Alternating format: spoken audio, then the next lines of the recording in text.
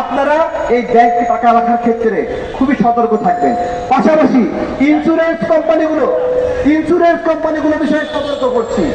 Insurance বাংলাদেশের পরিবেশ প্রেক্ষিতে ইন্স্যুরেন্স মোটেই কার্যকর নয়।